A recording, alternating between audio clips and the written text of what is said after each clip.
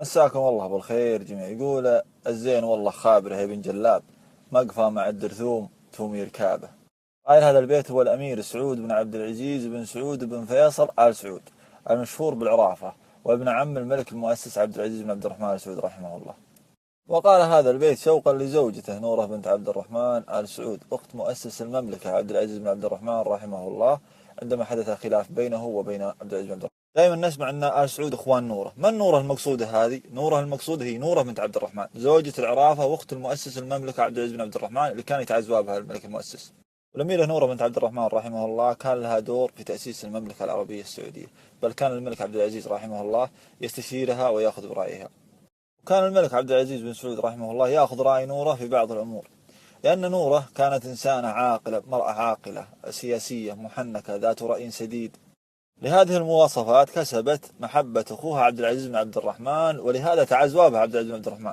وإلى الآن نسمع أن آل سعود إخوان نورة. هذه نورة المقصودة في العزة.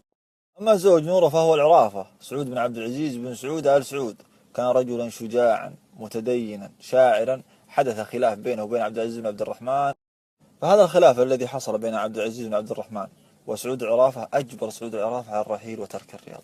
فيقال أن عبد العزيز بن عبد الرحمن أجبر سعود العرافة على أما سبب البيت اللي ذكرناه قصته أنه عندما اشتد الخلاف بين سعود العرافة وعبد العزيز بن عبد الرحمن مؤسس المملكة، رحل سعود العرافة وصار بينه وبين الشيخ العقيد، فكان هناك حلف بين سعود العرافة وبين الشيخ العقيد حمد بن هادي بن جلاب من فخذ العوير من الغفران من المرة، الفارس العقيد المعروف.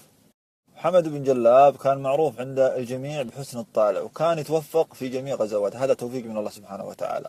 وكان جميع أمراء المرة لا يستغنون عن مشورة، كانوا دائما لا يستغنون عن مشورة حمد بن هادي بن جلاب رحمهم الله جميعا.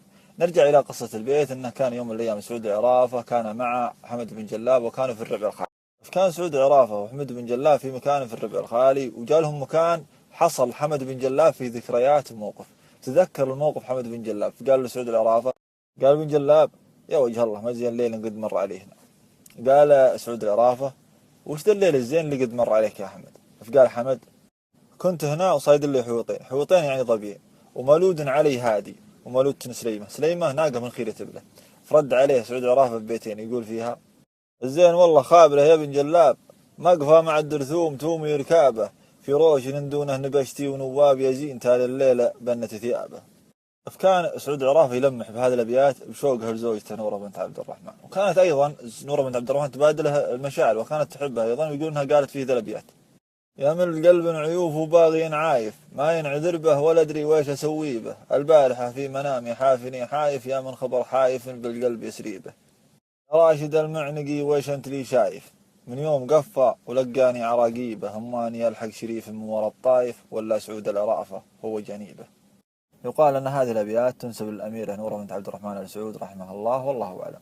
لكن بعد فترة من حدوث الخلاف بين عبد العزيز بن عبد الرحمن وسعود العرافة، تم الصلح بينهما، وانضم سعود العرافة إلى الملك عبد العزيز وشارك معه في حروبه، ورجع إلى زوجته نورة بنت عبد الرحمن. هذا والله أعلم، اسمحوا لنا على الإطالة.